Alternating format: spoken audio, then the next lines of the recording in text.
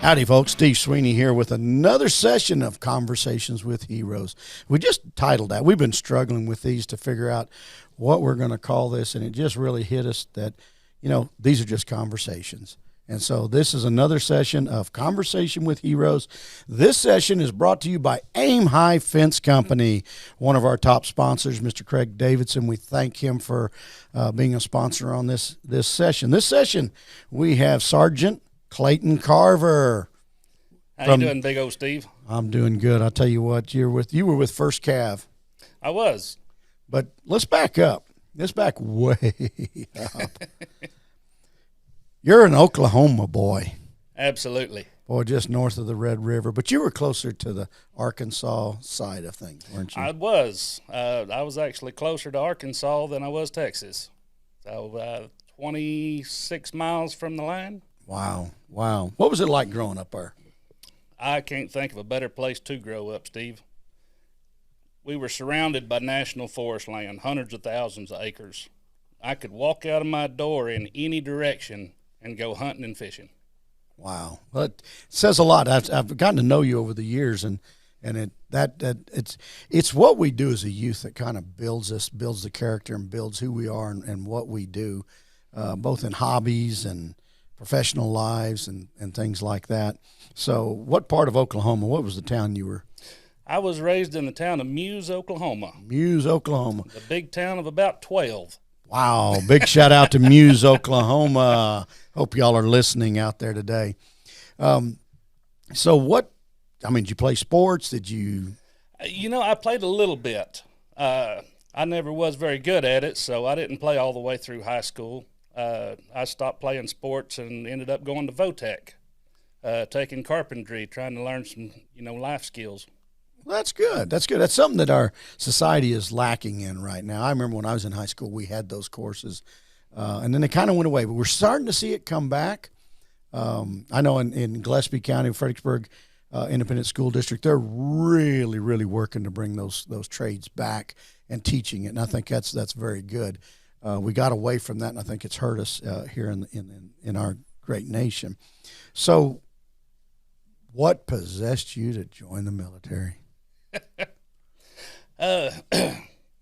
Two of my favorite people growing up was my Uncle Louie, and he wasn't really an uncle, but I called him Uncle Roy.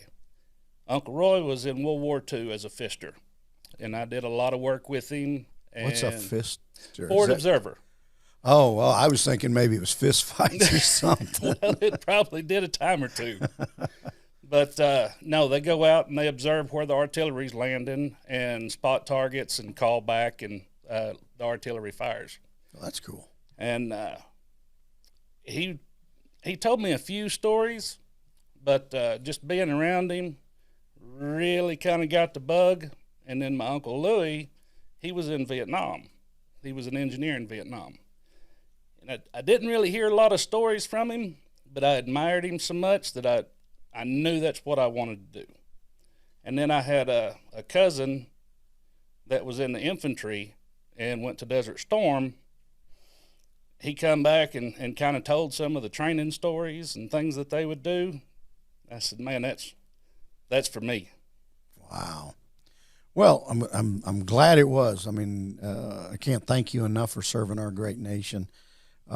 So you joined the military. Where did they send you first? As far as where did you do boot camp? Where did you start training?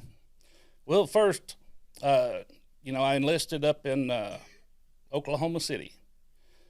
Rode my first taxi cab from the MEP station there to the airport and got on my first plane. And we flew down to Atlanta, and they bussed us all the way down to Fort Benning. Fort Benning. You bet. So we did all of our in-processing, and then we went downrange and began our basic training. Talk about culture shock. I bet from a little town of Muse, Oklahoma, I bet that was interesting. How many people do you think were in boot camp with you? Oh, golly, just my platoon alone, we started out with 60-some-odd guys. Now, that dwindled down by the time that graduation come around to high 30s, low 40s. That was just my platoon, 4 platoons per company. Okay. So, yeah, you start out, there is a ton of you from everywhere across the nation. So what causes the dropout? Mainly, they can't handle the stress. Oh, okay. You know, I had one of the drill instructors that told us, they said, look, we're training y'all for combat. We're not training you to go out and build houses. You're not shaking hands and kissing babies. We need to put y'all under the most stress that we can put you under to make sure you're not going to crack. And since they won't let us shoot at you, now we got to be mean to you. And it's not for everybody. You know, no job out there is meant for everybody. That's true. But I really, really found my niche in there. I really liked it. That is awesome. So from boot camp to where? You know, that's another funny one, Steve. As you probably know, whenever you enlist in the military, or at least the Army, they give you a wish list of where you'd like to be stationed. Yes, sir. And at least whenever I went through, you had your choice of 3 stateside and 1 overseas. So if you had your choice, what would be where you'd like to go? And I wrote one thing on there, being an Oklahoma boy. I said, anywhere in the world but Texas. The Army has a sense of humor, my friend. I'm sure. Fort Hood, here you come. Well, but you know, Fort Hood's a good place. I was born there, so that makes it good just from the get-go. Well, you need to go back and visit and wear off a little more on it. It took me a little while to get adjusted. Well, mainly just to the military life period. But, man, once I got everything lined out and got used to everything, I really liked Fort Hood. There's so much to do around there for somebody like me that, you know, I never went out and partied all the time. A lot of people do. They like to go and see different museums and things like that. I hunted and fished every chance I got. And everything around Fort Hood, including on Fort Hood itself, has some of the best hunting and fishing that you can find in the state. Yeah, it's one of the biggest installations in I guess in the world for the U.S. Army. The free world is what I was always told. Well, that's a lot of places, a lot of land. Well, and the crazy thing about it is, Steve, and I didn't know this until actually I had got out and was able to really get out and do a lot of hunting and maneuvering around out there. There is so many different terrains out there. You've got river bottoms that make you think, you know, you was down in Louisiana somewhere. Wow. You've got pecan orchards that's just full of squirrels and rabbits just everywhere. Then, you know, you've got your almost like plains where it's just big grasslands, not big, but, you know, it's hard to explain. You know, you're going through trees and you come out and it's like little overgrown fields. And then you just keep going through there. It reminds you of being up northern Oklahoma or even Kansas. And then you've got places in there that some of the thickest, nastiest thickets you've ever seen. Green briars as big as your finger. Wow. Well, so you were first cav at Fort Hood? Yes, sir. I did all of my time with first cav. Okay. So when did your unit, your platoon, when did y'all get deployed to Iraq? Our first trip, we went in March of 04 to March of 05 when we came back. And then we went around. The second trip was October of 06. And that one was supposed to be a long one, but I was smart and I didn't stay very long on that one. Well, you know, before we started recording, we were talking a little bit. The general public, everybody knows that you go over and you fight, and there's things that happen, but I don't think, and that's the purpose of this conversation with Heroes, is for everybody to see that you guys have experienced a lot, and it's all in the name of defending our freedoms. Let's go back to your first deployment. Let's kind of walk through. How long did it take before you guys got into the thick of it? Not very long. We left, I don't remember the exact date that we left, but it was somewhere around mid-March. And we went to Soldier City, Iraq was where we were going to go stay. Camp War Eagle, or the Dirty Bird, as they like to call it. In the lead up going to it, all of the intel that we had, all of the reports that we had, we were going to the safest place in Iraq. We didn't hardly take any of our armor with us because nothing was going on. There was no ambushes. There was no attacks. We're going to go. We're going to help these people out and come back and feel good about it. We got over whenever we left Kuwait on our way to Soldier City. We drove there on convoys, and we went through Baghdad. And of course, we didn't have any doors on our vehicles, and no armor anywhere. And as we're going through there, I can remember it was the first time somebody shot at us, and I thought, "You sons of bitches, we're here to help you, and you're going to shoot at us." Okay, that upset me. Well, we get to our fob there, and we're trying to get everything situated, and then April 4th happened. Some people have heard about that. It's April 4th of 04, 4404. We had a platoon that was escorting pumper trucks out there because they didn't have any kind of sewage systems out there, no trash. Electricity was basically non-existent, very little running water. So out in the streets, along with all the trash and garbage piled up in the streets, was raw sewage just sitting everywhere. So America hired pumper trucks to go out and suck up all that sewage out of the streets, go out into the farmland and dump it. Well, we had a platoon that was escorting them, making sure that they were okay. They were in Humvees. And they're close to the end of that first day, they got attacked. And whenever they got attacked, their vehicles got disabled. A couple of them got wounded, so they had to take over a house to, try to set up a stronghold until we could get out there and rescue them. Well, what we didn't know was this safest place in Iraq had set up an elaborate ambush.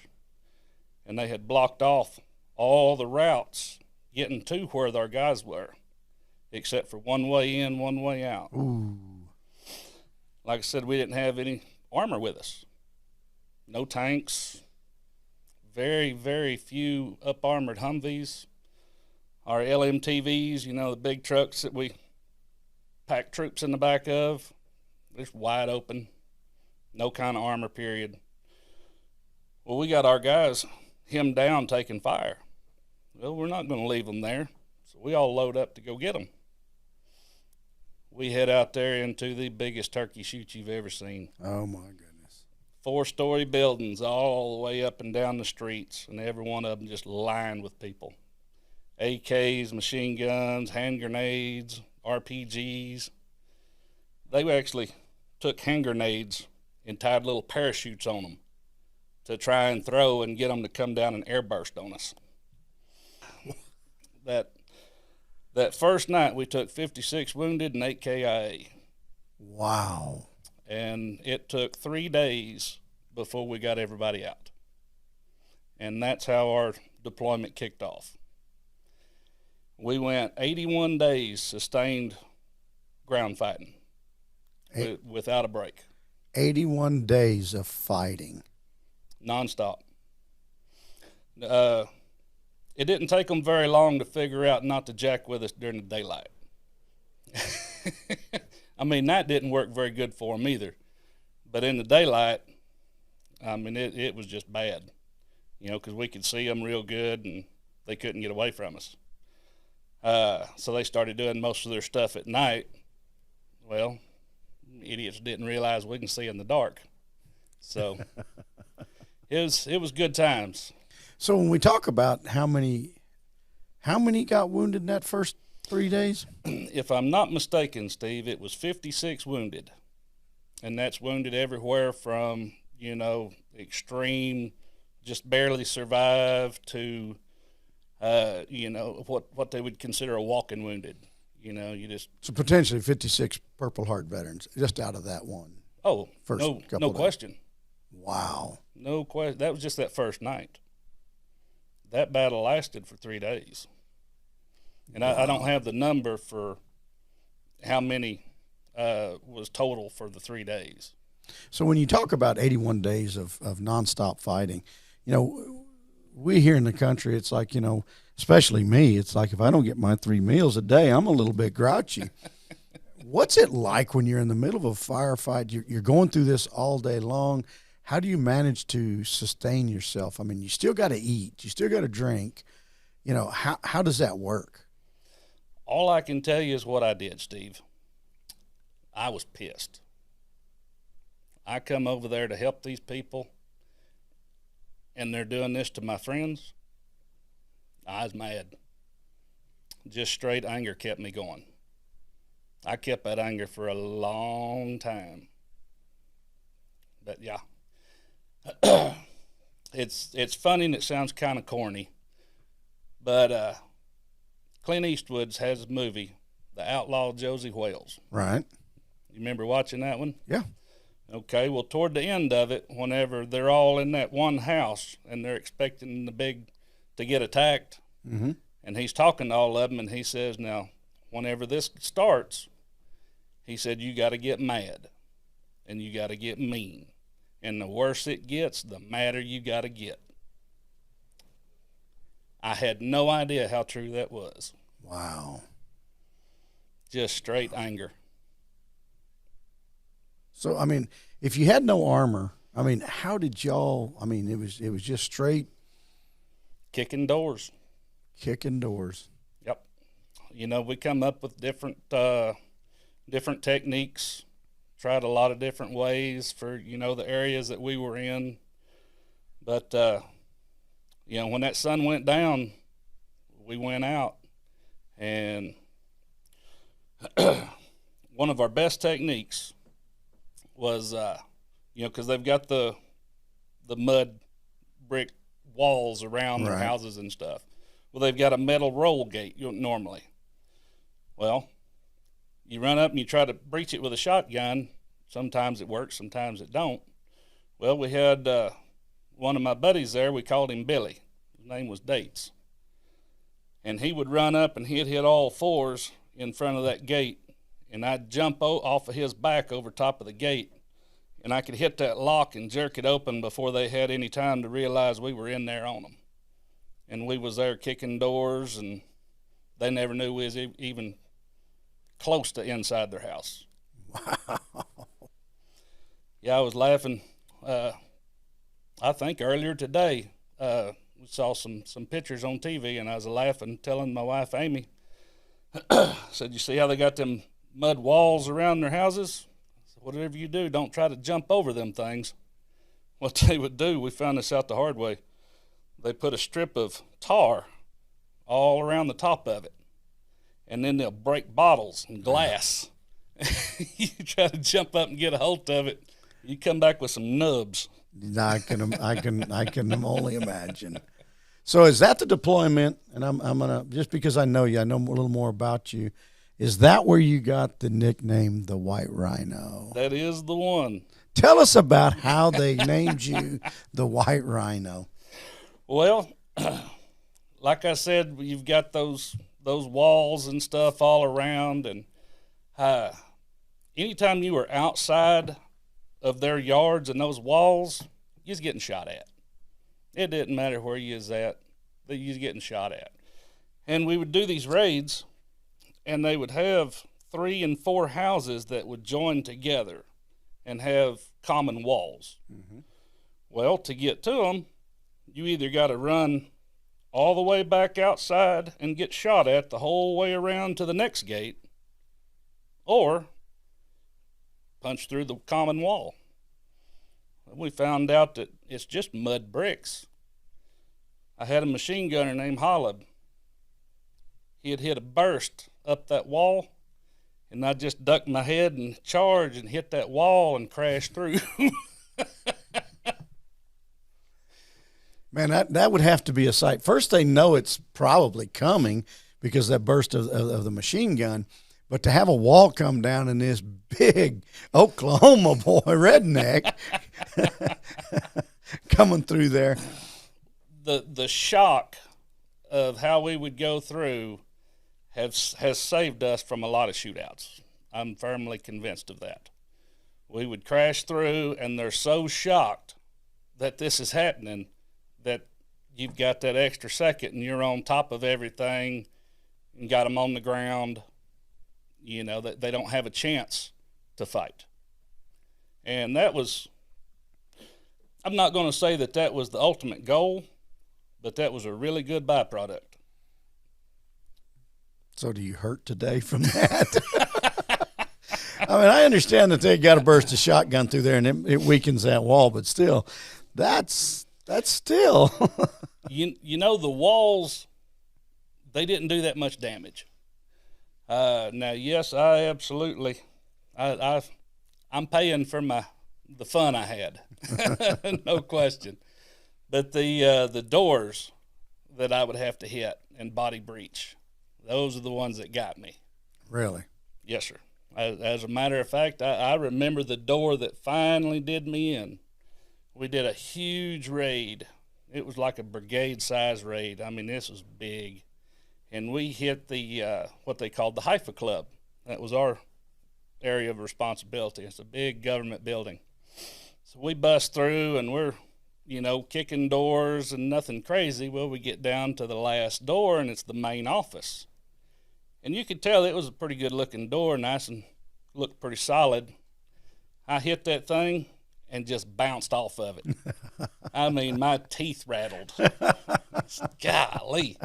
So I backed up 3 or 4 steps and kind of gripped my teeth and hit it pretty hard that second time, and the whole wall shook. But the door still didn't come open. Wow. I said, all right, now it's the principle of the matter. So I backed up, and I mean, I hit that thing. I put everything I had in it, and that door did not come open. I took the frame and everything out of the wall and crashed in. But that was the one, after I got back, I did a lot of therapy on my shoulder, and it wasn't going to work. I had an impingement. I had hit too many doors and walls, and it had collapsed that shoulder joint. Oh, my. So anytime I went to try to move it, it would catch. So I ended up, it was August of 2006. I went in and they did surgery on it. Fortunately, they only had to do the, what do they call it, laparoscopy, where they go in with the scope. Yes. Yeah. 3 little holes. They ground off part of my collarbone and burn out some scar tissue. And, man alive, boy, did it make a difference. I mean, I still have trouble with it today, but who doesn't have some aches and pains? Yeah. But that injury, that surgery, almost cost me being able to go on my second deployment, because I had that in August of 2006, and we deployed in October of 2006. It's like the 2nd of October. And I was supposed to still be doing physical therapy. But after I found out where they was going and what was going on, I said, no, there's no way they're leaving me behind. I've got to go. Still got some anger in you, huh? Well, they were going to Bakuba, a pretty good-sized city there in Iraq. But part of our area that we were going to be tasked with was going to include Sadr City again. On top of that, there at Bakuba is where they had just killed Zerkawi. I don't know if you remember him or not. Yeah.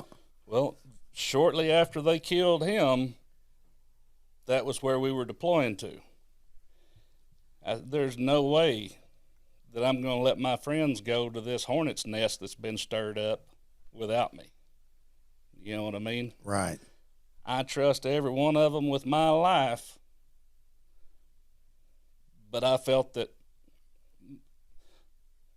not necessarily my talents, but my experience was needed. I knew the area, I knew the people, I knew what had to be done and was willing to do it. And we had a bunch of young soldiers that hadn't been through it yet. I'd have never been able to sleep. Well, there's nothing like experience. I don't care what it is in life. There's nothing like having that experience leading the way. And that's awesome that you were able to do that. So you go back. Yeah, we went, like I said, we left, I believe it was the 2nd of October, 06. And we get back over, and we go to this huge fob. It was a Warhorse. It was just outside of Bakuba. This place was massive. I don't know how many people was on this base, but it was ridiculous. And those that know me know that I'm not real fond of being around the brass. You know, I've never been a garrison soldier. Never wanted to be. Well, fortunately, we had a new first sergeant that had spent his entire career in a Ranger battalion before he came to us as a first sergeant. Wow. He was not a garrison soldier either. So, I don't know. I think we'd been there about 2 weeks, and he figured out that there was too many sergeant majors on that base to have to put up with. So he moved us out into the city in a police station. So my company moved out in sector, living on a police station. And I was part of the headquarters platoon, so I was there all the time. And our other platoons would rotate. They'd come out for a week and go back, and then another one would come out and stay for a week. So, man, you want to talk about fun. Because we were surrounded by, I mean, we were out in the sector, and they knew it. So it was virtually every day somebody was trying to come in and take shots at us. So we were in fights every day. Oh, it was so much fun. Target-rich environment, I believe, is what I heard it called. Your target's not you being the target. Well, you were the target, but it, you know, it's, and we hear about, you know, you talked about your first deployment, and right off the bat, the first 3 days, somebody getting wounded and losing 3 or 4 guys. You know, but I don't think what people realize is you got to, I guess in some ways, you got to appreciate their fight, but they know nothing about fighting. Most of them haven't fired a gun until they're handed that AK to come shoot you. So the losses are much greater on the other side. Oh, it is. I wish I could remember the number estimation that they gave us after that 3 day back in 04. You know, I told you it was 56 wounded, 8 KIA. Of course, that number grew over the next couple of days. We lost a couple more people, but had a lot of other injuries, wounded. But if I'm not mistaken, they gave us an estimate from the Iraqi hospitals and stuff. It was over 800. Wow. That we had killed. Wow. And they just kept coming. That's the crazy thing. It don't matter how many of them you kill, they will crawl over a pile of dead bodies to keep trying to come after you. Wow. Speaking of piles of dead bodies, you told me a story one time about dogs and a pile of dead bodies. You know, like I said, whenever we first got there, and April 4th, I was pissed. There's no other way to describe it. I did not see them as human. It literally bothered me more to shoot one of those stray dogs than it did to shoot one of them coming after us. Never bothered me. But we had fought all night, which was pretty common, and we had a pile of them. I had an alleyway that I was watching, and I had a pile of them in there. Golly, there's knee deep, deeper. And it started coming on daylight, where everything goes to calming down, and, we can generally come down and go back to base. And I get to looking, and I can see an arm waving out of that pile. And I thought, well, shoot, what did I do? Got to shoot one of them, and he's laying there trying to holler for help or something. And then it gets a little more daylight, and I get to look, and I said, oh, man, there was a dog eating on his arm and making his arm shake around. So it was one of the only dogs I killed in Iraq. I said, I can't watch this. I don't care how much I hate them. That's just too much. Well, what happened? You talk about that, and there was the body count was there. So the sun comes up. Do y'all just have a ceasefire and they come clean up their dead, or how does that work? Or they just leave them there to rot? No. The next days, even being mad, even being the mind frame that I was in, the next days after daylight come around were hard, because that was whenever the women would come out and look and find their dead. Because in that religion, they've got to be buried within 24 hours. So you're standing up there on a rooftop, you're looking at the people that you've cussed and shot and killed all night long because they're trying to kill you. Well, now their wives and daughters and kids and mothers are all out there, and they're screaming and cursing and crying and carrying on, as, you would expect. That's hard to watch. I can only imagine that. Because you hear tales of women carrying bombs on them, kids carrying bombs on them, and it's how do you sit back and know that even while you're watching them, there could be a sniper watching you? Where we were at, we didn't deal with that very much. Really? Yes. It was primarily just adult males that we dealt with. Oh, okay.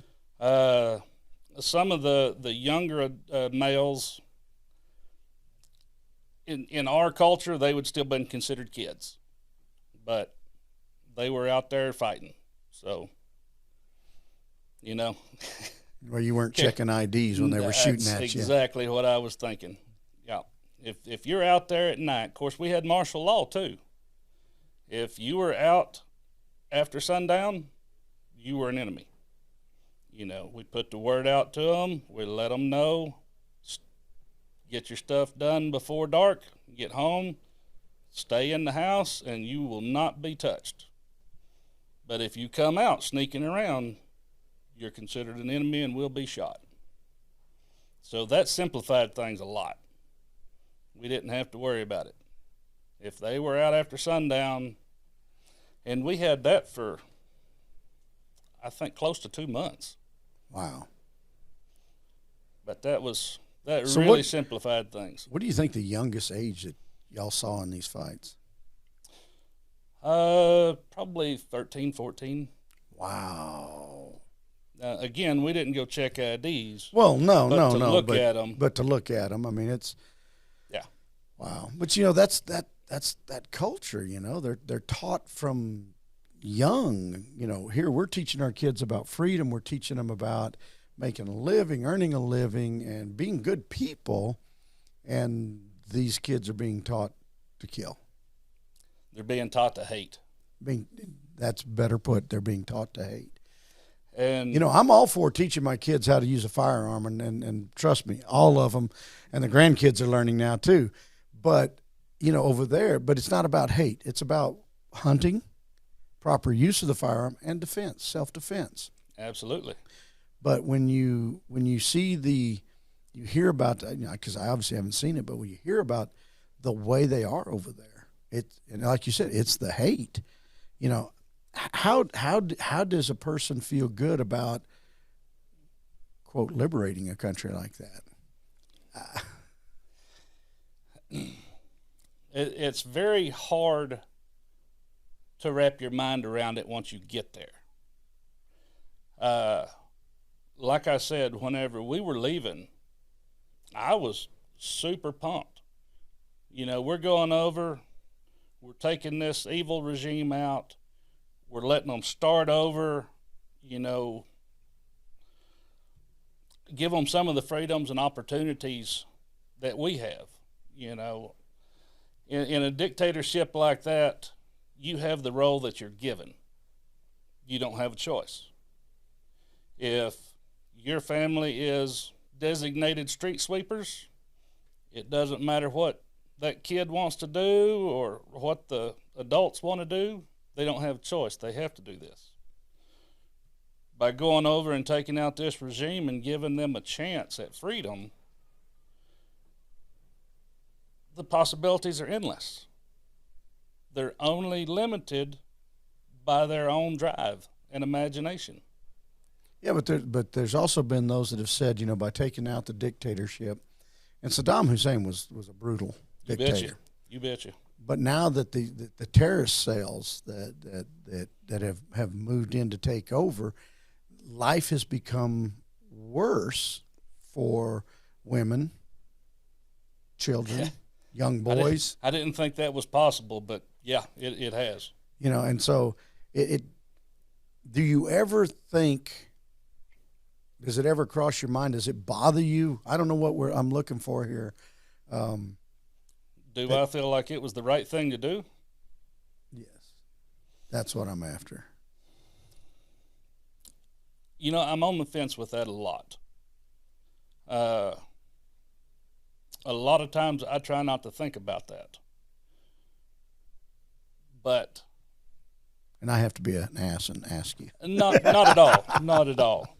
And I'm going to sidestep that just real quick, and I'm going to tell you, that's growing up, I was surrounded by military veterans. You know, I told you about the couple that I was related to, but I was surrounded by them. You know, World War II, Vietnam, just bunches of them. And I wanted to know the stories. Now, I didn't need to know about, you know, how many they killed or anything like that, but I wanted to know those combat type stories. And none of them would tell me because they didn't talk about it to anyone. I made the conscious decision whenever I came back after that first deployment, if anybody asked me a question, I would answer it, no matter how uncomfortable it made me or how uncomfortable it made them for knowing I was going to answer it. So I say that to say this: don't hesitate to ask me anything that you're not afraid to know the answer to. So do I feel like it was the right thing to do to go and take that regime out? I do. I think that it should have been done differently. But do I have all those answers? No, I don't. But I know this: by going over and taking that regime out, we at least can sleep at night knowing we gave them the chance. That's a good point. That's a very good point. You can, what is, you know, you can lead a horse to water, but you can't make them drink. There you go. You know, you gave them, United States gave them the chance. And it wasn't just the United States. There was a lot of countries involved. There was a lot involved in it, but I can only talk to what we did. Right. And you know, you give them a chance.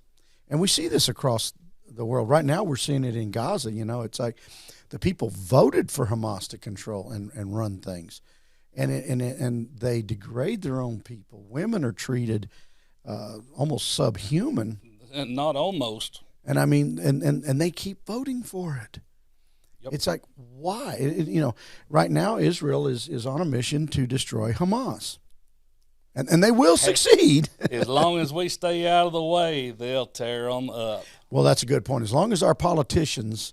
Because I back Israel all the way. Yeah, and I'm talking about the White House. As long as they stay out of the way, which they're slowly getting in the way, which politics screws up more wars than anything. They don't win wars. Politicians lose wars. But if they stay out of Israel's ways, they're going to take it out. But the sad part is they're going to take them out. But what's next?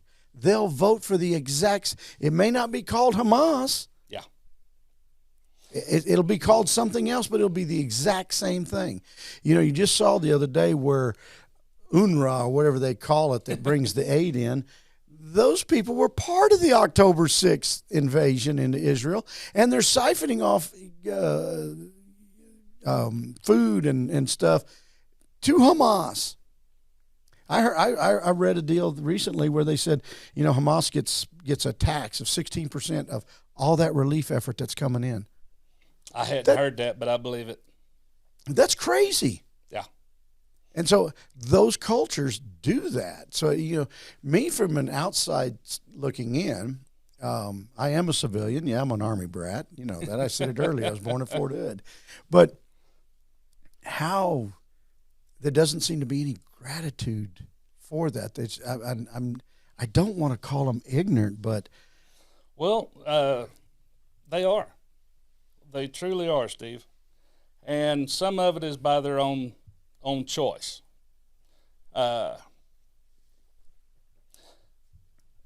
Number one, they're uneducated about the world. I'm talking about your normal day-to-day people in that part of the world. You know, whether it's people dealing with Hamas, or the ones that I can really speak to is the Iraqi people. Mm-hmm. You know, they're all pretty close to the same level in a lot of ways. What they've been allowed to learn has been restricted so much. It's a good point. That they don't, number one, they don't know anything else is out there. The only thing, and that goes back to these regimes that have been in place for decades and decades, for generations. You take someone my age over in Iraq right now. Well, let's not say right now. Let's say back whenever we was getting ready to go in and take Saddam out. For generations, all they've ever known was do what they tell me or else. True. It's that simple. And that simplifies their lives to the point they don't have to make decisions. They're told what they can do, how they can do it, and they don't have a choice. So that narrows their minds down to where they don't think that there's anything else. Because it's so easy to, okay, well, I know that every day for the rest of my life I've got to get up and do this one thing because they told me I got to do it or else they'll kill me. Well, they turn more into robots. They don't think for themselves anymore. They do what the leadership has told them, and they do what their religion has told them. And that's it. And according to their religion, we're evil. According to their regime, their leadership, we're evil. So they're going to fight us tooth and nail. Now that is the part that I didn't understand whenever I went over there in the beginning. How long did it take you to get that understanding? I would say a good 6-8 months. Now I did get to take part in something, Steve, that I'm very proud of. Now it ended up not meaning anything in the long run, but at the time it did, and it really helped me personally to turn the corner from just being pissed off at everybody and just looking for the next fight. I got to stand for 10 hours on a traffic checkpoint guarding a voting site. I was there whenever Iraq made their first ever free elections. And for 10 hours, I have never had my neck hugged and my cheeks kissed and thanked so many times as I did that day. Wow. You know, and that's interesting because they're voting.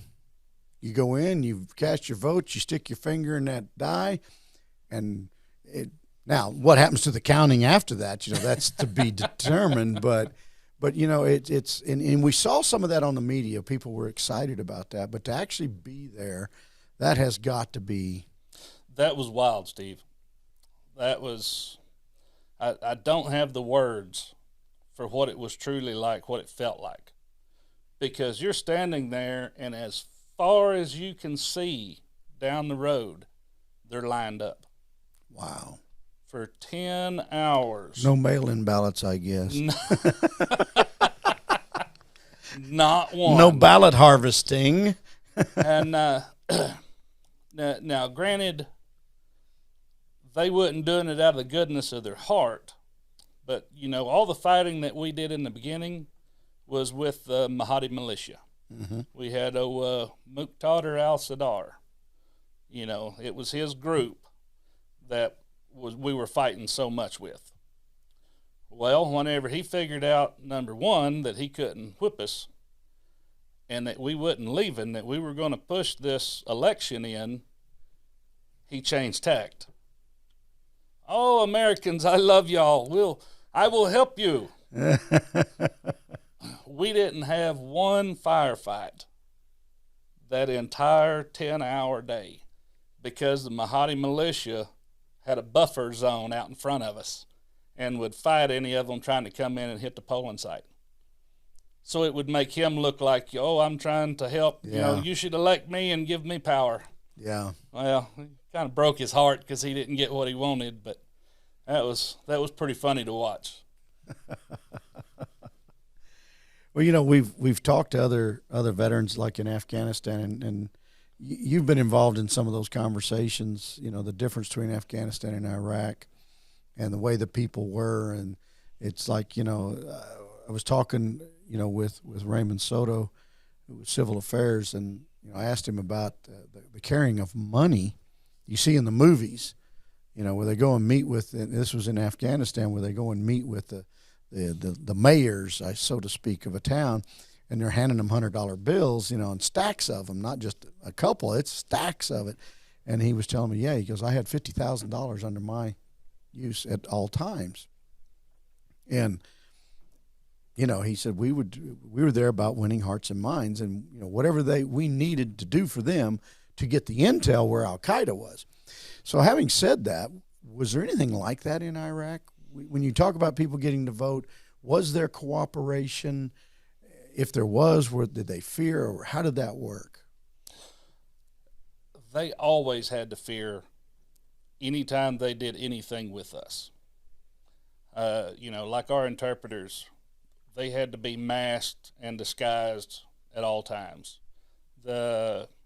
We would have Iraqis come in on the base, of course they're escorted around and everything, but the ones that would come in and like clean or do some work, say we've got a building that needs built over here, the ones that would come in and do that, they had to really watch out because they're helping Americans. Right. They're just as apt to get snatched up and cut their head off as any of us. And it was so disgusting, some of the things that we would see. And I'll give you this story, and I don't know, maybe you'd want to edit this one out, but I'm still going to tell you. There was a young girl, and when I say young girl, I'm talking like about 7. She was an orphan. I don't remember what happened to her parents, if it was disease or if they got killed or whatever it was. And she had a little brother, I don't know, like 3, 4. One of our duties, my platoon's duties, we would pull guard down on what we called the search gate. And it was a gate to where our wheeled vehicles would come in, but it's also where workers and stuff would come up. And then, they'd meet their escorts. So this is where all the Iraqi people would come in. We would first start dealing with them, and we were there pulling guard on that.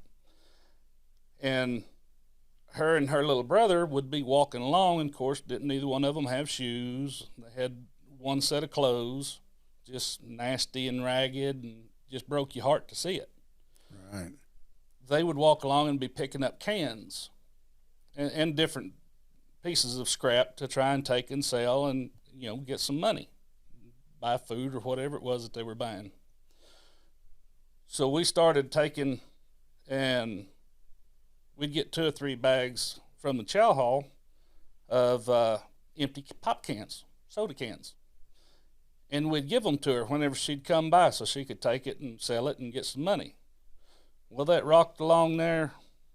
We'd give her probably like a week. We call it a week and a half that she would come by and we'd give her those bags of cans. One day she didn't come back by. Well, I wonder where she's at. Next day didn't come by. So we started asking some of the guards around there, where's she at? And they just kind of ducked their head. Oh, my. The Mahdi militia had found out that she was helping Americans, or getting helped by Americans is all it was. 7 of them ganged up and raped her, damn near killed her. That is disgusting. That is disgusting. That's the kind of stuff that all the civilians had to worry about. They couldn't be nice to us, because if word got out, they would suffer the consequences. But to do that to a 7-year-old girl, that is just it. And I hear politicians, not going to name names, but they are Muslim, and I'm not trying to be xenophobic or whatever that word is,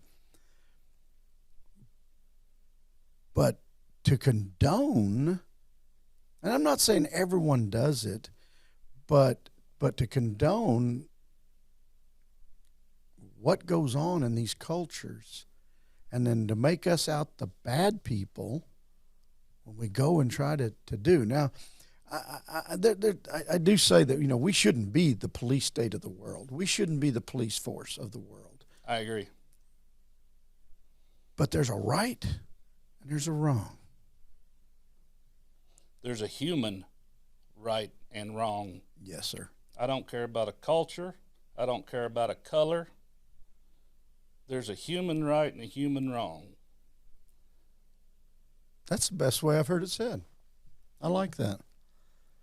That takes away all the excuses. Excuses. It's there's a human right and there's a human wrong. We're taught that in the Bible, and I know a lot of people don't agree when we talk about the Bible, but God, it's gotten our country to where that's what we were founded on, and when you look across the world, we probably have one of the greatest societies ever built.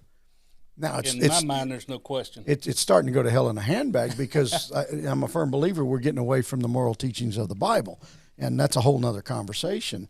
But, having seen all this stuff firsthand, is this something that obviously it probably still angers you? Oh, absolutely. Absolutely.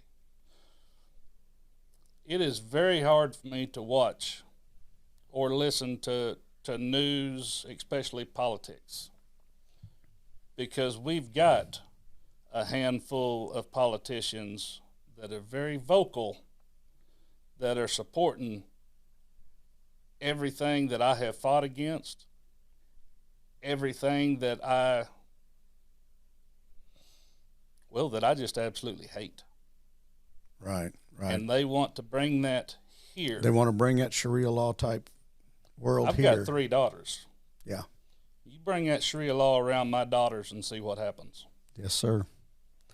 But I'm afraid that the direction we're heading, if people don't stand their ground, we're going to be fighting that very thing right here on our soil. And that brings up a point, we're over in other countries, and especially when we went to Iraq and then Afghanistan. Excuse me.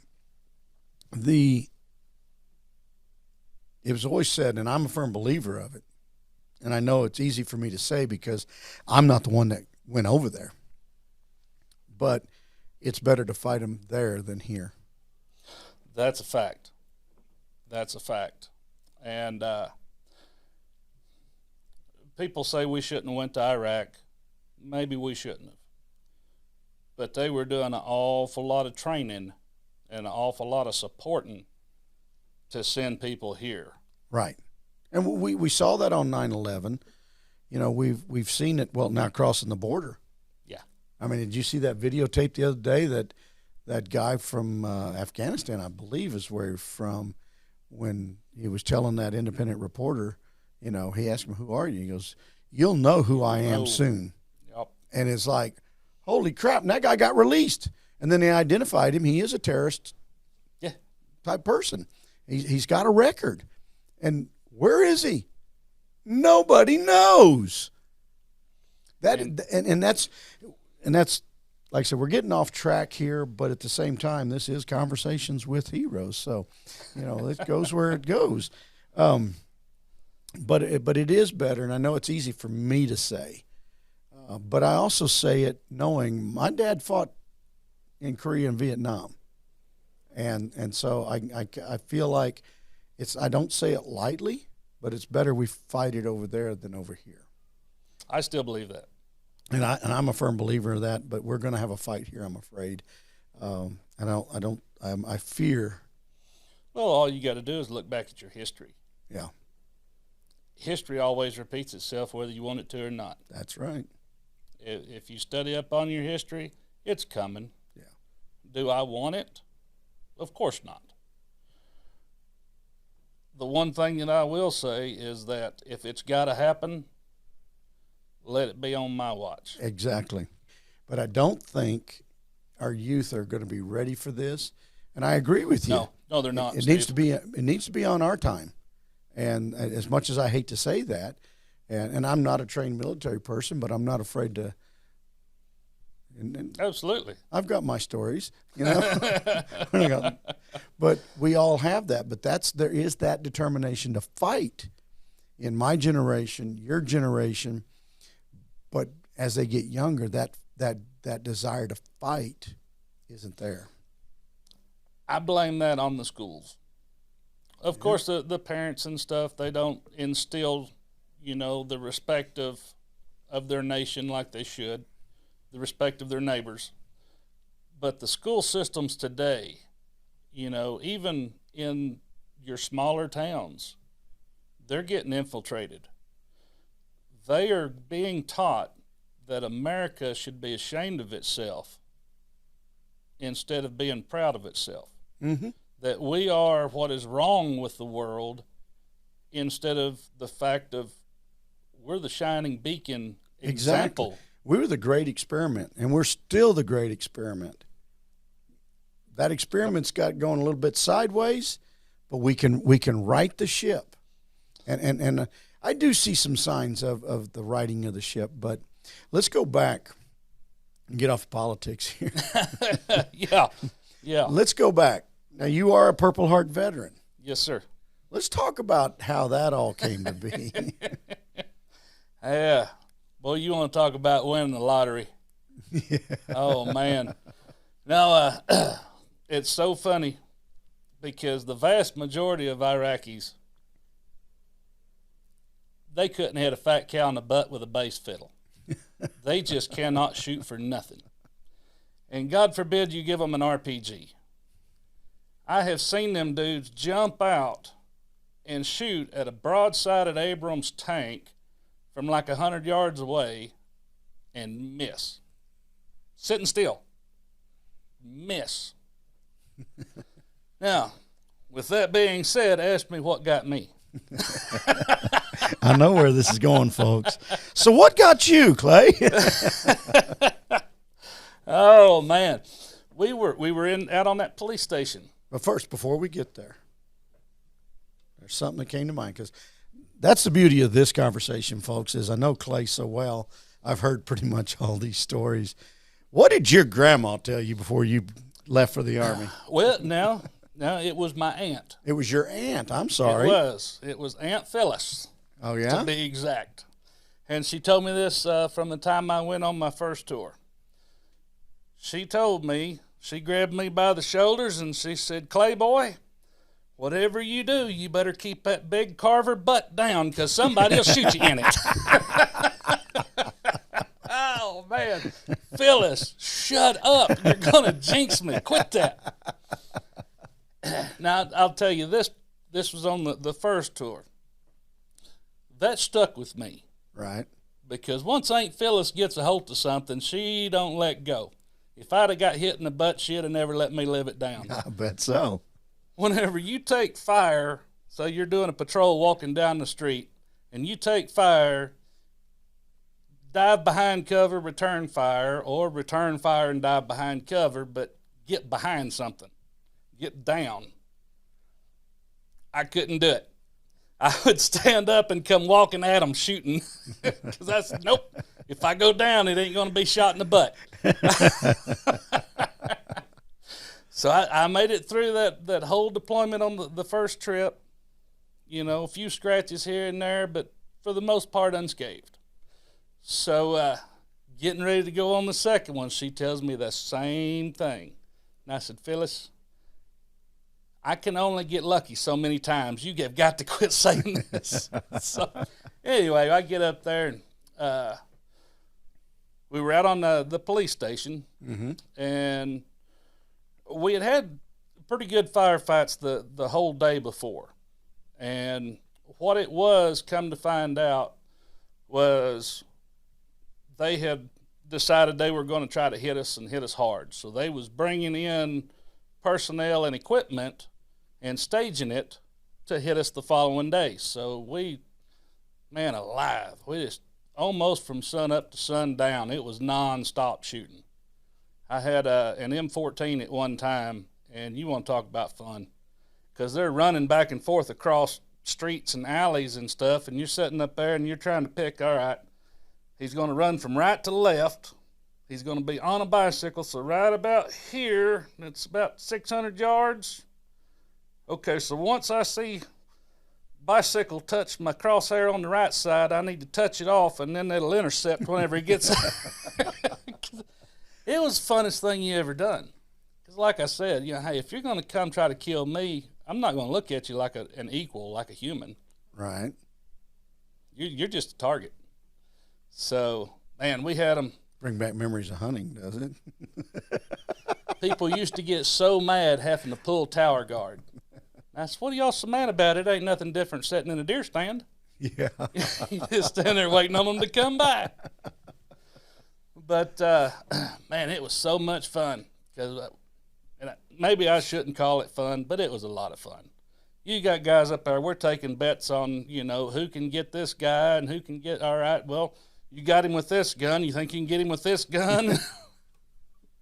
So it was, you got to have fun with work, you know. Right, you understand. right. Could you believe they paid us for this? Oh, me.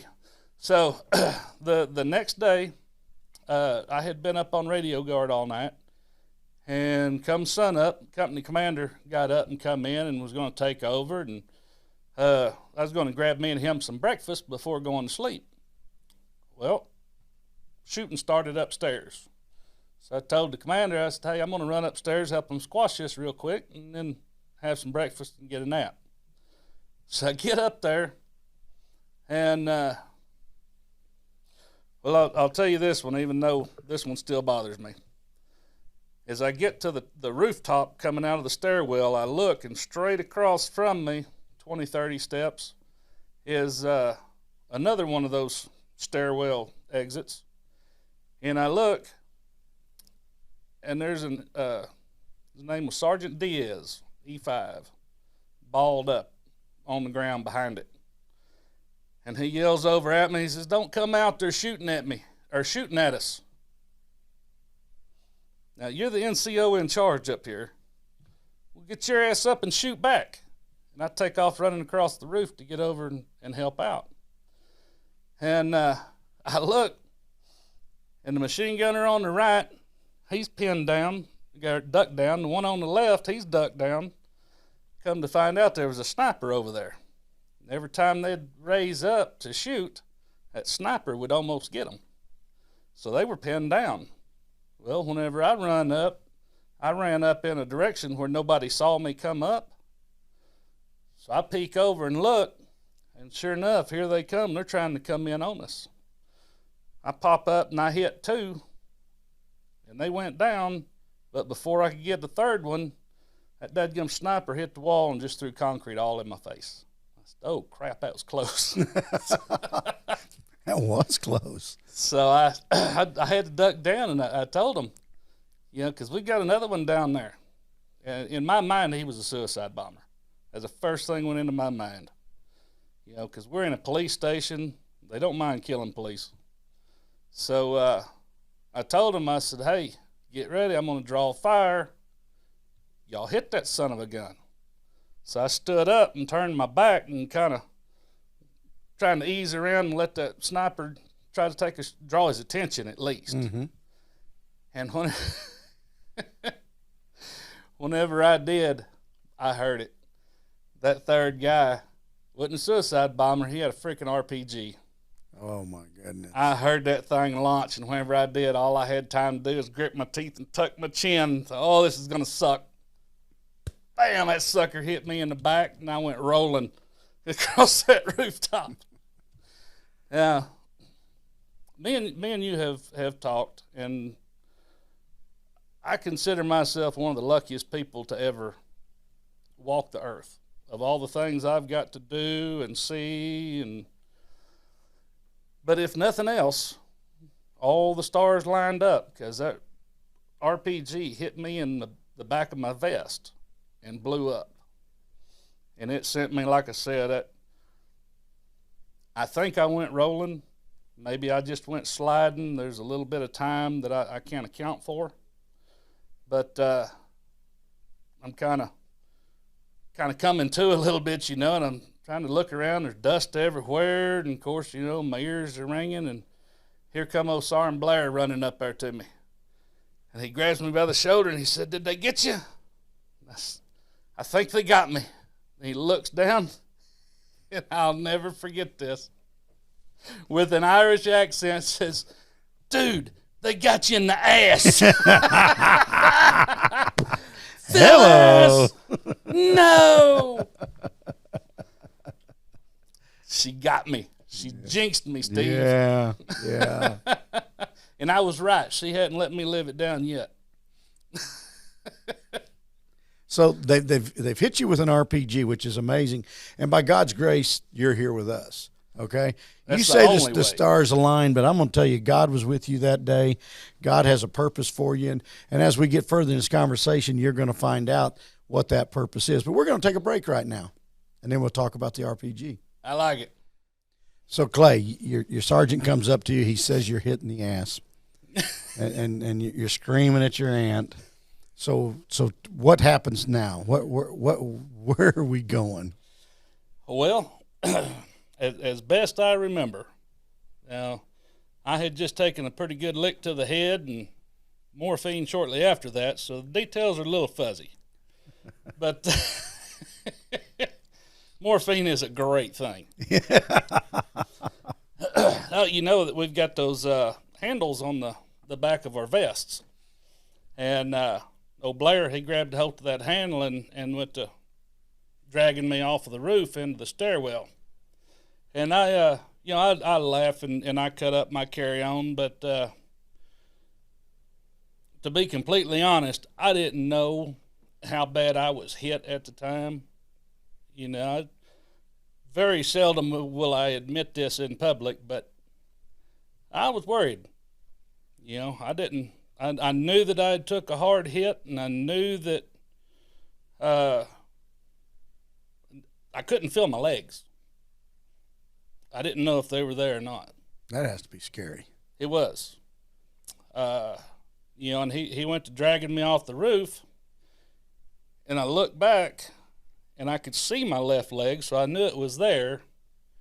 But the way that I describe it to people that I've told about this, whenever you kill a deer, if you cut his throat and go to dragging him back to the truck, that's what it looked like whenever he was dragging me across that roof. I could look back and I could see the blood trail coming from me.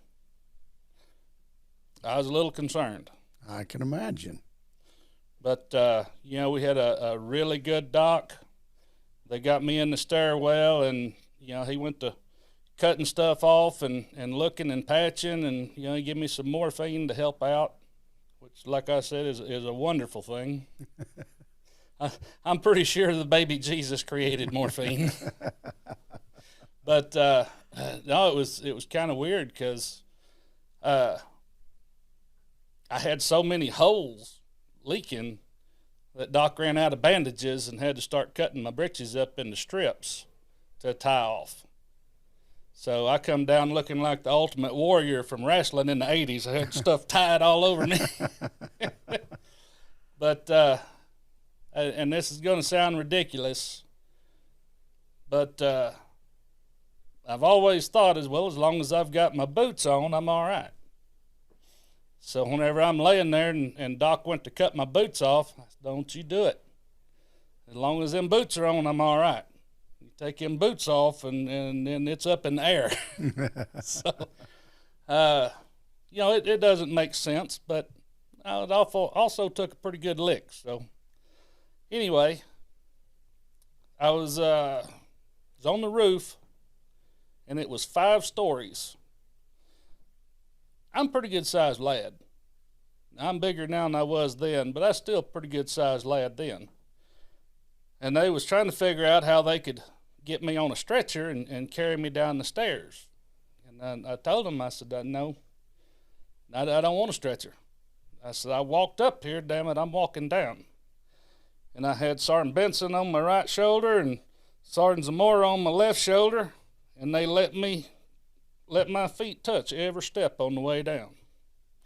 And once they got me to the bottom and got on the stretcher and they loaded me up, but they let me take every step going down those stairs. That is incredible. It's I don't know, because we see it in rodeo, especially rough stock, these guys that, no, you're not taking me out on a stretcher. I'm getting out of this arena. And it's a lot the same. I mean, it's like, no, y'all didn't do me in. And I like that attitude. And then, so they load you up in a Bradley or what? No, this was whenever they was first starting to get those new vehicles. I don't think it was the Buffalo, but it would have been something close to it.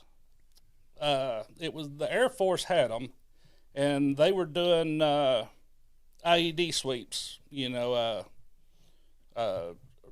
road clearance, that kind of stuff. That was their job. They had the machinery for it, and they just happened to be coming through that general vicinity, and they had the room and loaded me up in the back of that thing.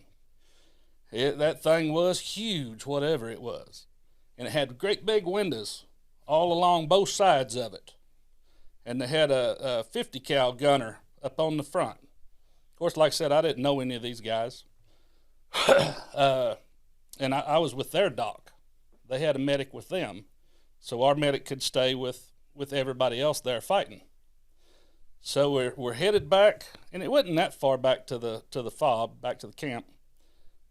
But there was an Iraqi police checkpoint there in between us and the base. Well, as we pull up, come to find out, one of the police had just got shot. So we've got to sit there while Doc runs out and gets the Iraqi policeman stabilized and load him up there with us. So that was pretty wild. We were sitting there, and of course, the medic, old Doc, he told that gunner, he says, whatever you do, don't let him go to sleep. Keep him talking.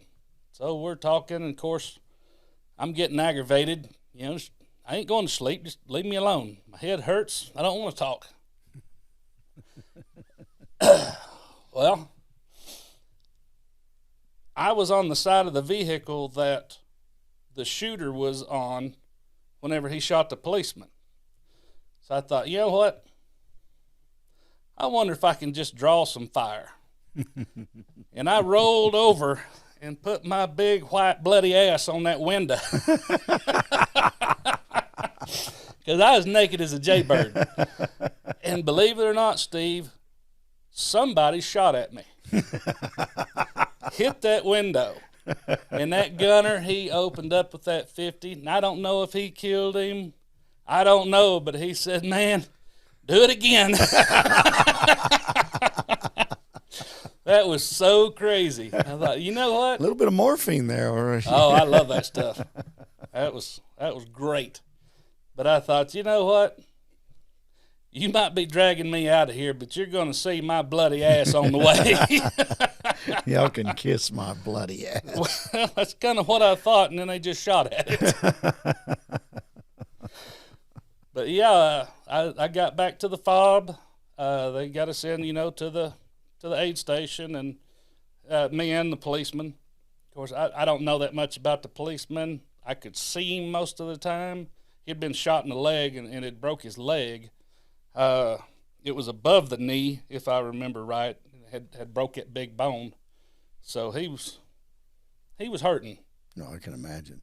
But we got stabilized there, and they put us on Black Hawks and flew us from there to Anaconda there at Balad, and that's where we went in and had surgery and different things on that. But I'll tell you a funny story on right after getting hit and then going to the first aid station there at Warhorse. And I can tell this story with no guilt now. We was in 112 Cav, and I had a real close friend of mine named Brian Reeves. We'd been together in 2-5, and we was fishing buddies. Matter of fact, my oldest daughter, and he had twin girls. They were born 24 hours apart. Wow. That was pretty wild. But, we're still real close, still good friends. We fished all the time. And I had a little 18-foot nitro, and we'd go down to Steelhouse Lake about every weekend and fish a little while. Well, one day me and him got tagged to do staff duty, which is where you go over to the battalion headquarters, and you're there for 24 hours. You're answering phones, taking messages, and, watching, making sure nothing happens. Well, the next morning, me and Brian had been there, and he had a brand new episode of Bassmaster. And we had been reading it most of the night, and I had left to go do something, and whenever I come back, he had been reading it, and the colonel walked in, the battalion commander, light colonel. Maurice Goings. Everybody called him Mo Goins. He come walking in and caught Brian reading it. I seen it, and there wasn't nothing I could do to warn him. Because for those that don't know, that's a no-no. When you're on duty like that, you're supposed to, if you're going to read, it needs to be TM manuals, training manuals, things like that. And he's reading Bassmaster and gets caught. And we're thinking, all right, how bad is this fixing to be? Because we're both just little E4s. And old Colonel, he looks over and he says, hey, I don't have that issue yet. Is it any good? I thought about buying it. And we're like, what the crap is it? Come to find out, he was a big fisherman, loved to fish. Well, we would talk a little bit here and there, because let's face it, no fraternization. He's a lieutenant colonel. We're lower enlisted, so you can't hang out with each other or anything like that. Well, we started going down to the Steelhouse Marina, and he would meet us down there on Saturday mornings, and he'd fish with us. We had to keep it quiet, couldn't tell anybody. And, of course, we kept it professional. Even when we were out there fishing, it was still, yes, sir, Roger, Colonel, all that stuff. Well, he gets the word that I had been hit. And he's waiting there at the aid station whenever I get there. And, of course, I'm on my stomach, and they wheel me in there, and I'm laying there, and he comes running over, and he reaches down, and he grabs me by my right arm, and he moves it around and shakes it a little bit, and he said, it still works. You're going to be able to fish. It'll be all right. and Steve, I'll tell you, right then was whenever I took my biggest sigh of relief. I was like, all right, it's not bad. I'm gonna be all right. That's awesome. That's awesome. So you get, obviously you're wounded. They get you back stateside. Mm-hmm. Well, actually, here I'll add a little bit more to that story. Okay. I come out of surgery there in Balad. They got us in, I don't know what wing of the tent is called, ICU or recovery or whatever it's called. We're in a tent. And I get to looking around trying to figure out what's going on, and I look, and laying there beside me is another good friend of mine. We called him Gino. His name was Eugene Denuet. And he had got in an IED blast an hour after I'd got hit and about 20 miles to the west. He was in a Humvee, and they got hit. And he had already went in and had a bunch of surgeries done, and we woke up and we was there together. And me and him traveled all the way back to the States and did the vast majority of our recovery together. So that made a big help. That's good. So we went from Balad. We were there for 2 or 3 days. I think it was 2, but you can't really keep that good a time, in that condition. So they flew us from there. They flew us to Longstuhl there in Germany. And I didn't have to do any more surgeries there, but Gino had a few surgeries, and we was there for about a week. And then they flew us back, and we were supposed to stop at Walter Reed, but there was a big thunderstorm, and they couldn't land, so we just jumped across it and went to the White Air Force Base in Illinois. I'd never heard of it. Spent the night there, and then they loaded us back up, and we stopped at BAMC there in San Antonio, and we offloaded a couple of guys, and we took a couple on, and then they flew us to Fort Hood and went to the Darnell Hospital. And we was there. I was there for a week and a half, I think. And then I was able to go home, but Gino, he was there for 3 or 4 weeks. He got messed up pretty bad. I'm very, very thankful that he healed up real good and recovered real good, but he got hit pretty good. Well, in the recovery, I know you told me once, and this has been a problem, and we've talked to a number of guys. It's like when they're back, they're wounded, they're trying to medically discharge them. It's like they're trying to move as fast as possible. But you said in your situation it moved slow, and you seem to think that had a better effect or was better for you benefit-wise, or let's talk about that a little bit. Well, I had as good of a situation as you could ever ask for.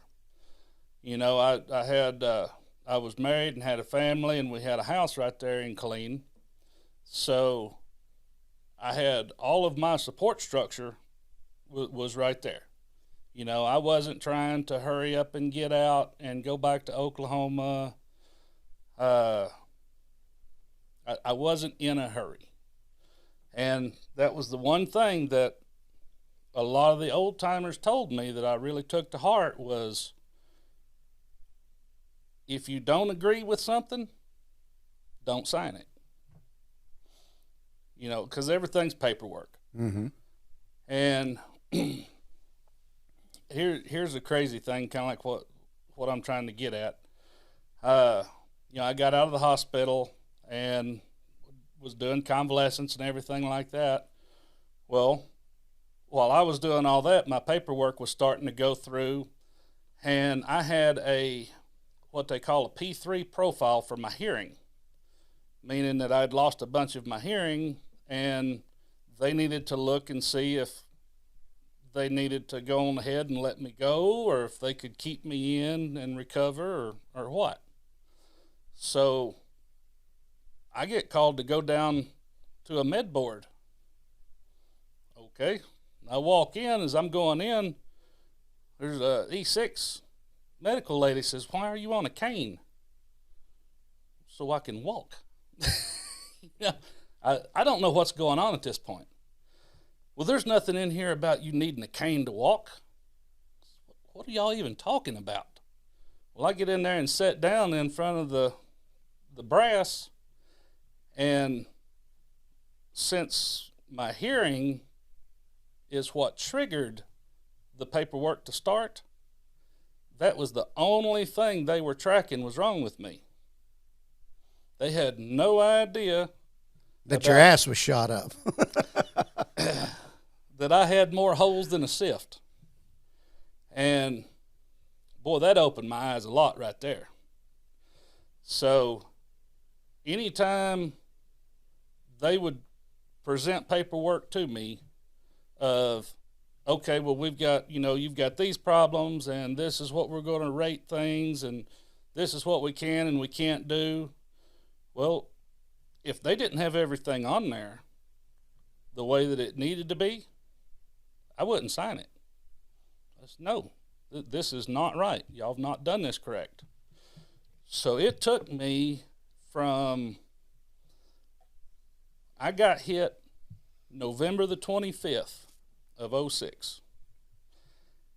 And they retired me in February of 09. Wow. And that's how long it took to get through the whole process and get it done right. Well, and that's the reason I brought that up is I hear a lot of these guys that are fighting for benefits, and a lot of it had to do with how fast they were transitioning out. It was just, and I'm not saying that's all the Army's fault. Okay? No, and Steve, you bring up a very good point there. The military has got it's so massive that they have to try and do stuff as fast as they can. You get these, especially young guys coming in or trying to get out. They're done. They want to go home to Oklahoma or New York or wherever they're from. They've had enough. They're done. Let me out. Show me the paper and I'll sign it. Right. Sure. Here you go. Then they're up and gone. Well, a few years later, they start realizing, whoa, I might not should have done this. I should have took some more time and did all the medical steps and made sure everything was right. Right.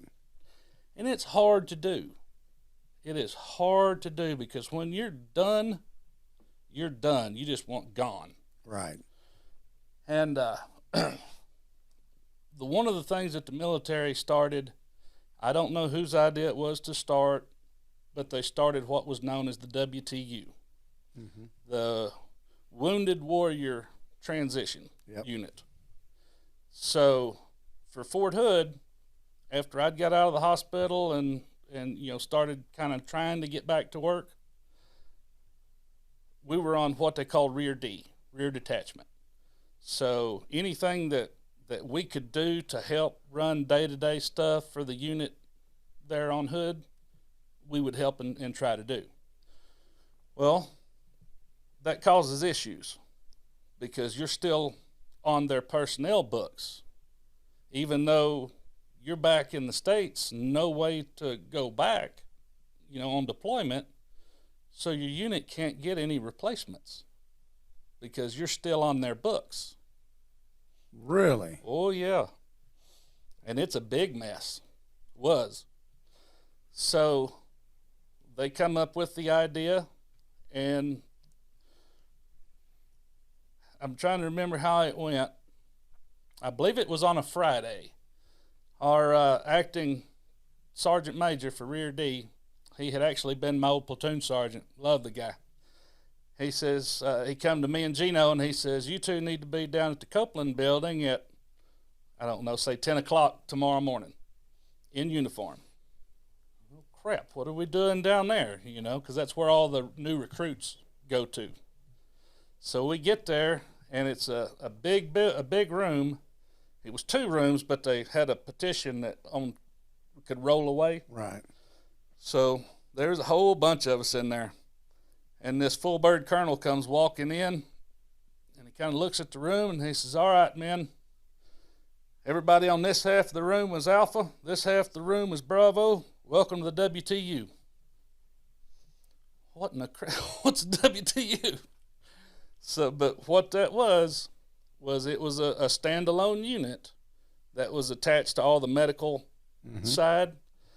And all of us that had injuries or whatever that we was having to do, all the medical appointments and surgeries and, look at med board or retirement or all these different things, they stuck us all there. That way we could focus on getting our stuff done, getting these appointments, making these appointments, instead of having to try to do this while working around, helping the unit at the same time. Right. So that was a huge, huge help. So once they started doing that, it really helped a lot of guys that were falling through the cracks, because they had not just the doctors, but they had the retirement personnel there, that would walk you through step by step and make sure that you was getting everything that you needed to get. And that made a huge difference. I forgot where I was going with that, Steve. I do that all the time in conversations with people. It's all right. Well, let's, you're out, you're starting your new life, because ultimately I want to get to Headwaters for Heroes and what our relationship is now. But, you talked about, your times of fishing and stuff like that. Here at Headwaters for Heroes, we're all about taking the Purple Heart veterans hunting and fishing and as a release to forget about the day-to-day routines, I guess you'd say, but at the same time about getting veterans together to work through issues that may be bothering them.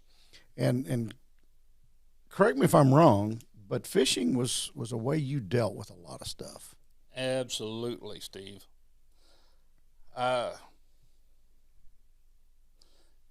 It helped me a lot. I hate to exercise. I hate it. I'd rather take a beating with a 10-foot stick than have to run a mile. But if you just sit around and not do anything, that's quite possibly the worst thing that you can possibly do when you're recovering. Now, I love to fish. Always have. Well, now let's hold up for a second. And it's getting to the point. We see far too many that just sit around, and that's when the problems develop. I don't know if you know how right you are, Steve. Well, I've seen it in talking to a lot of them. It's when we start getting them out and doing things, we see a change. You bet. And over the years, I've met a lot of guys, and they're hesitant to come at first, but then once you get them going, it's like it changes their life. And it's all about just getting them motivated. And that's where I think you serve as a great inspiration, is you got motivated. You found something to do besides sit and feel sorry for yourself. And all too often that's what happens. They sit there and they're worried about, well, how am I going to function in life? What am I going to do? And then before you know it, they're drinking too much, or they're taking too much of the painkillers, or whatever's being prescribed to them. You bet. And they fall into a very dark place. And this is where we see the suicide rate being so high with our veterans. And I'm a firm believer, and that's why we do what we do at Headwaters for Heroes. I'm a firm believer. Get them out of that dark room and do something. Before the WTU started, we're on Rear D, right? And this particular deployment that we were on, this was the second one, it was a 15-month deployment instead of the year like normal. And I kind of told you a little bit about where we were going and what was going on in those areas. we were taking a ridiculous amount of casualties, wounded. You get these guys wounded, they come back, they get out of the hospital, they go to their barracks room. To do what? Nothing. Absolutely nothing. Now you take, and okay, I'm a little biased. I love the infantry. You know, I've never been one that picks at all the other MOSs because everybody has a job and I can't do mine if you don't do yours. Absolutely. But I still love the history of picking on each other. You know, there's only two MOSs in the Army, infantry and all those that support us. But all joking aside, you look at your infantrymen, you look at your linemen. Of course, it's this way all across the military for the age range, but you look at your infantry particular. There's a lot of your type A personalities. These are go-getters. These are guys, if they're in the cities, they're out doing whatever city people do. They're doing something, sports, working, whatever. You get guys like me, we're constantly out hunting, fishing, doing something, always on the move, always trying to find some excitement, trying to find something, you know, to get your heart rate up, get some adrenaline going. So you take those people, young guys like that, and they lose a leg, or they, you know, get head injuries, or they get whatever they get. They think their life's over. Well, I've lost an arm. I can't go out and play basketball anymore. I can't play baseball. Oh, I've lost an arm. I can't do this or can't do that. Or, you know, I've got, you know, my back's messed up, so I can't hardly do this or that. So what do? You sit in that barracks room and you take those pills. You drink that booze. Your life's over. Everything that you plan to do for your entire life, you know, and this one's going to hit home to some guys, but I've saw it time and time again. I've lost a leg. What woman's going to want me? Yeah. I've got burns. What woman is going to want to marry a monster like me? That puts you in a dark place. Yes, sir. And we were taking a ridiculous amount of those casualties. I mean, a bunch of them, Steve. And our suicide rate was through the roof. It really was. I'm sure you've heard about it, and I hesitate to say it out loud, but I'm going to because it exists. There was a thing called pill poker. They would get together and play poker, not for money, but for the pills. Mm-hmm. You know, for the Percocet, for the, who knows what all it was. I can't remember all the different names now. You know, you got psych meds, you got pain meds, you've got uppers, you've got downers. And they're playing for that, and they're ODing right and left. Wow. The chain of command is doing everything that they can, but you can't watch them 24 hours a day. Yeah. And whenever they get that mindset, it is so hard to get them back from that. Well, here's what happened with me and Gino. Gino hung out with me a lot, lived with me for a little while until he got him a place set up to where he could manage, you know, with his physical stuff. And for work, we couldn't do anything at work. So they would just have us for morning accountability, and then we were released until the next morning accountability. Well, I had a little, like I said, a little bass boat, and me and him would go fishing. We'd go for a couple hours until we'd start hurting, and then we'd go home, whether that was an hour or 5 hours. Right. Well, our acting sergeant major, Rear D Sergeant Major, like I said, he had been my platoon sergeant before the deployment. Well, he was, I think he had heart disease or something like that, and he couldn't deploy, so he had to stay behind, so he was put in charge of Rear D. He asked me one day, he said, Carver, how in the world do you and Benuet make all of your appointments, do everything you're supposed? I never get calls on y'all. You're always where you're supposed to be. How are y'all not having any troubles? It's because we get out and we go do stuff. Light bulb went off. What we started doing with his blessing was we would show up to the morning formation with the boat behind the truck, and we would pick. I wouldn't pick.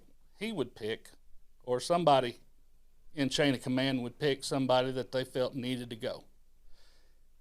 And their place of duty that day was in that boat with us until we were done with them. And we'd take them fishing. We might fish for an hour. We might fish for, like I said, 4 or 5 hours. We may not pick up a pole. We may just putt around the lake, just drive around in the boat, kick back in a cove somewhere and just float. And you would watch. Some of these guys would kick and cuss, and I don't want to go. You can't make me go. I don't even like to fish. Well, too bad. But by the time they come back, they realize that their life wasn't over. Hey, there's still things I can get out and go do. And that was the thing that we tried to really instill on them was there's nothing out there that you can't still do. You just need to tweak your circumstances. Exactly, and that's the things that we try to show them, and it's not so much that I try to show them or one of the other staff members tries to show them. It's more of, as our program works, is putting veterans together. It's veterans like yourself showing other veterans you're not done. You're still here. Don't feel sorry for yourself. Like you said, tweak your situation and find something that you can do.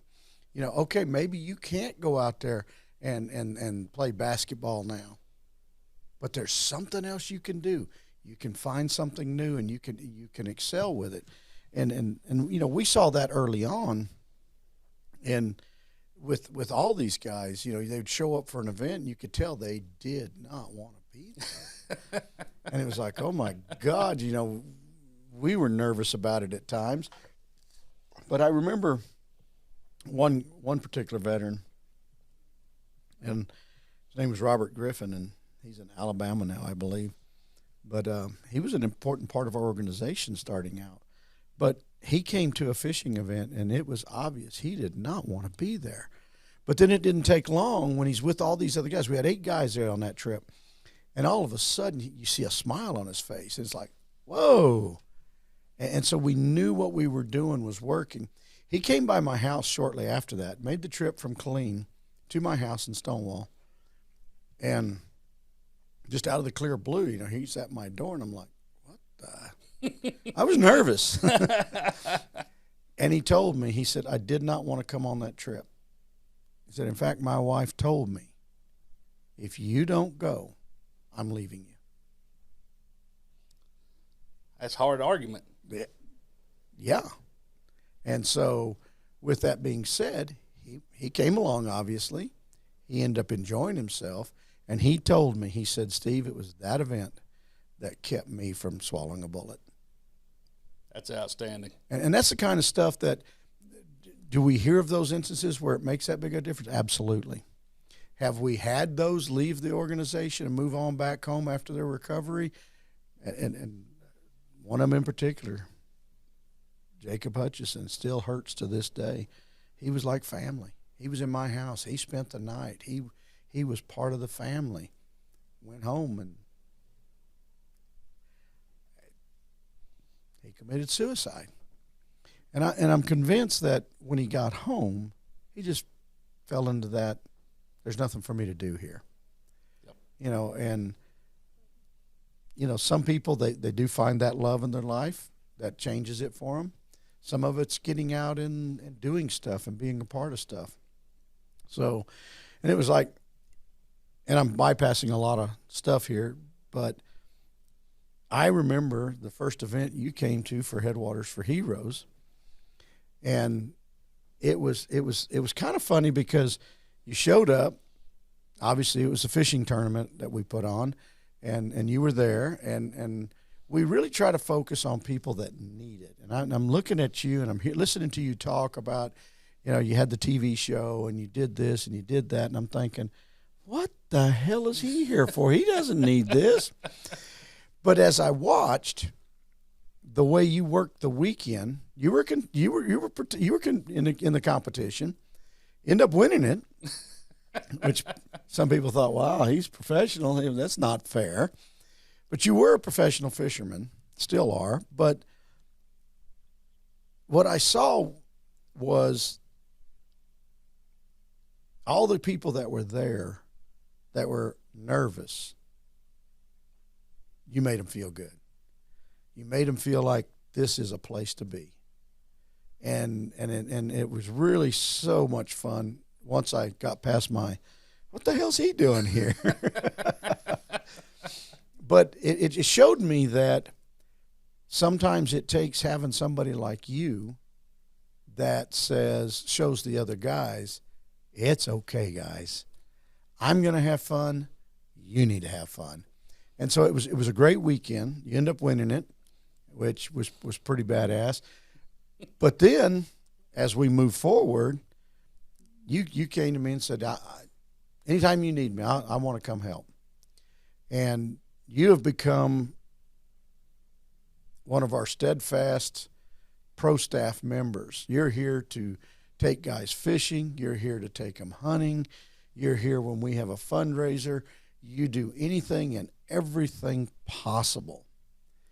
And you're different than a lot of our other staff simply because you are a Purple Heart veteran. You understand fully what these guys are dealing with. And you have that ability to bring them along. Now, not all the guys that come to our hunts and fishing trips are considering suicide. But like I said about Jacob, I would have never thought that boy would have done it. He was the happy-go-lucky life of the party. Everything was fantastic. So I never know. I don't try to judge anybody, but you never know. And so I think, it's been incredible all the years that you've been here with us. I can't help but believe, and we never know, I can't help but believe that you have changed. You've changed people. You've given people a great example. I watch you with your kids. It's incredible, as good a father as you are, as good a husband as you are. Your wife Amy, she was with Headwaters for Heroes just as long as you. We're not going to talk about how y'all got together. And it's what we're all about here. And I can't thank you enough for all you've done for all the other veterans that have come through the doors here. All that you've done for Headwaters for Heroes to make it what it is today. Here we are in 2024, and we started this gig in 2011, and we're still moving forward. We still have a great following of people. We still have a mission. It's not over with. No. You can attest that you're going to be dealing with this the rest of your life. Absolutely.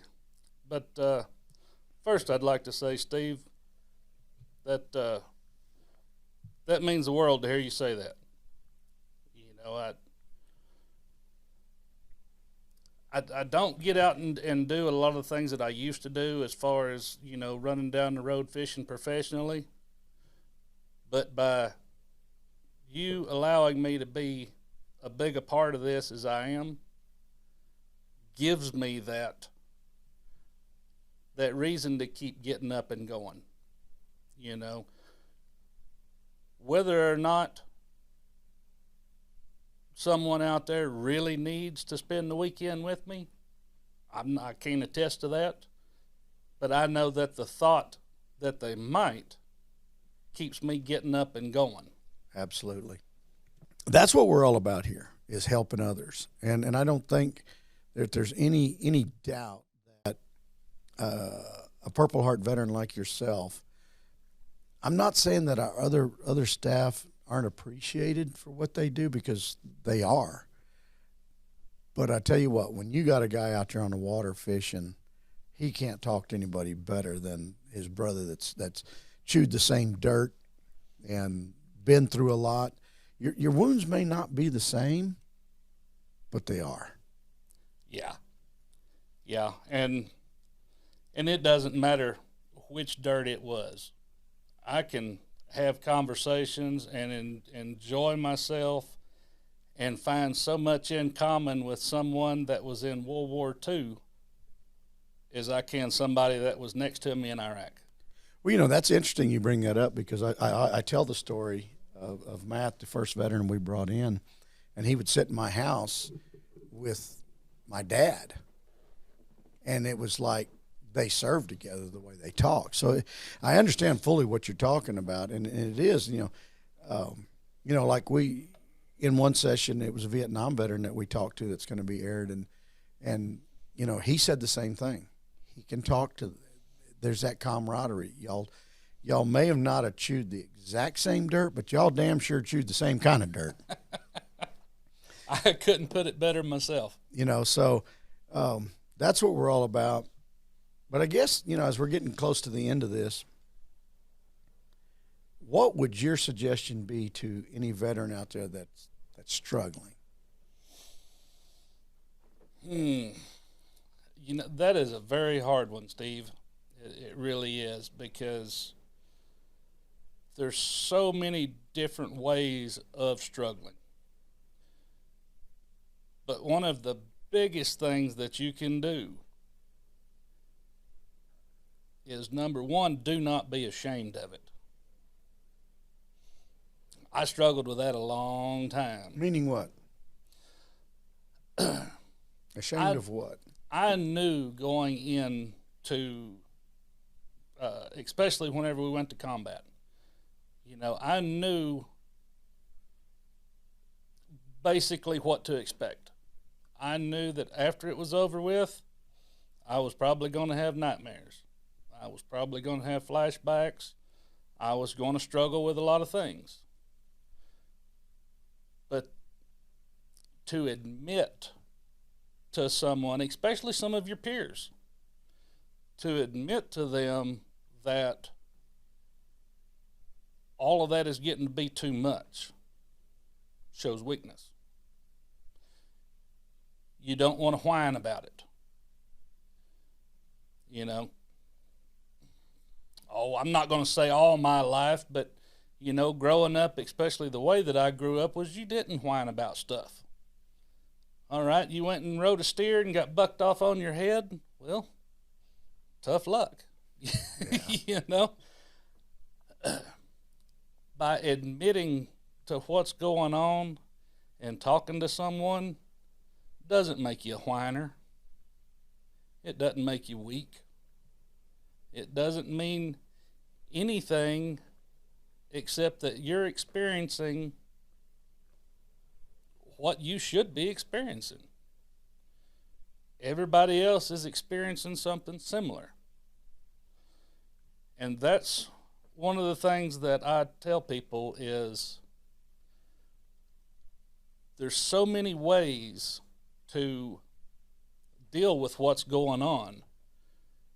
If you don't talk to other people about it, you can't learn all the different ways to deal with it. So by reaching out and talking to someone, that doesn't make you less of a man, less of a soldier. If you don't know how to fight it, it's going to win. You're down in a well or down in a hole, whatever you want to call it. There's people all around that will throw you a rope. It's up to you if you want to climb up it.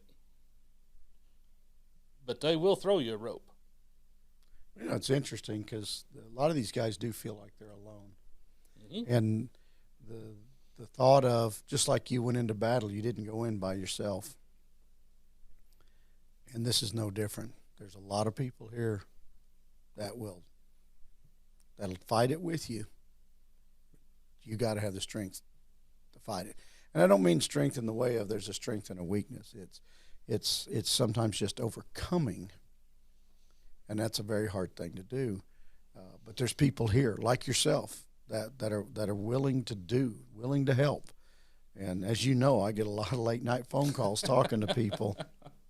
Hey, me and you've actually talked about that, Steve. Well, you remember a trip you and I together? I do. When I took a phone call and had to hold up on a meeting we were going to, you and I together. That was on Veterans Day, and that's the way it is. We take it when they call, because when they reach out, you better be there to answer. You better be there to answer. So, well, Clay, it's been great. I always enjoy visiting and talking with you, and I hope that veterans, you're out there, don't hesitate to reach out to us here at Headwaters for Heroes. Give our office a call. That's 830-864-4096. If we don't answer, leave us a message. Miss Lynn always runs the office, and sometimes she's out doing business. So, or check out our website, headwatersforheroes.com. Those of you out there like what we're doing and want to support it, God knows we need all the support we can get. It takes money to do what we do, taking these guys out hunting and fishing, because we do it at no cost to the veteran. So it's, like I said, it takes a lot of money. We've got a great support system here. But we do have fundraisers coming up, Clay. Absolutely. May 11th, our car show, which is with Zion Lutheran Church. They're actually taking it over to run it for us, which is a good thing. I was very proud of that. And we're looking forward to that. That'll be May 11th, and that's when we're raffling off a truck that was given to us by Mr. J.B. Barrett out of Schneider, Gale, Texas, that area of Texas. And it is a hot rod machine now. It's a 1978 Chevy Silverado truck with a 454 SS crate motor, automatic transmission. It's got a lot of stuff in it, but more importantly, kind of the unique thing about it that you will not find anywhere else, the headliner in the cab is autographed by Mo Bandy and Joe Stampley. So that is that right there. So go online to either our Facebook page or headwatersforheroes.com, and you can buy raffle tickets, $20 a piece, 6 for $100. That's really good. That'll be May 11th. We will be doing a live drawing from Zion Lutheran Church in Kerrville, Texas. If you want to enter into the car show, check out our website. We'll definitely get you in touch with where you got to be to get entered in that car show. And then May 18th, our sporting clay shoot will be held at Joshua Creek Ranch near Bernie, Texas. I'm looking forward to that. That is a huge facility. We're excited about it. We're expecting – right now, I'm talking Joshua Creek, they believe we're going to have over 50 teams there, which is incredible. That's outstanding. So that facility can handle that and much more. Oh, yeah. Yeah, so we're really looking forward to that one. And then on May 25th, we're having our annual banquet and auction, and now that's a lot of fun. That auction's going to have guns and hunts, and it will be online with DV online auctions. It will be online, so you don't have to be in Harper, Texas for that one, because you can log in, and there'll be more information coming out on Facebook and our website and whatnot. But that's where we raise the bulk of our money. But we have to raise money to continue on our mission of serving our veterans. Steve, I'm going to throw out there, and might throw you a little off topic. This will be my oldest daughter's last year. This is her senior year to be there and help with the auction. And you've been bringing those girls for quite a few years to help out. This is her last run. Everybody come out and do some bidding. Yeah, it'll be a lot of fun. I want to thank our sponsor for this episode or this session of Conversations with Heroes, Aim High Fence, Craig Davidson. He travels all over the state. A lot of game ranches use his services for high fence, low fence. You name it, this guy can do it. He's been a huge supporter of Headwaters for Heroes. Heck of a man. He's a veteran, 82nd Airborne. You bet. So he's a great man and a great supporter of what we do. And it's for people like that we get to do what we do. It's a blessing from God for us. And like I said, people, stay tuned for the next one, and God bless.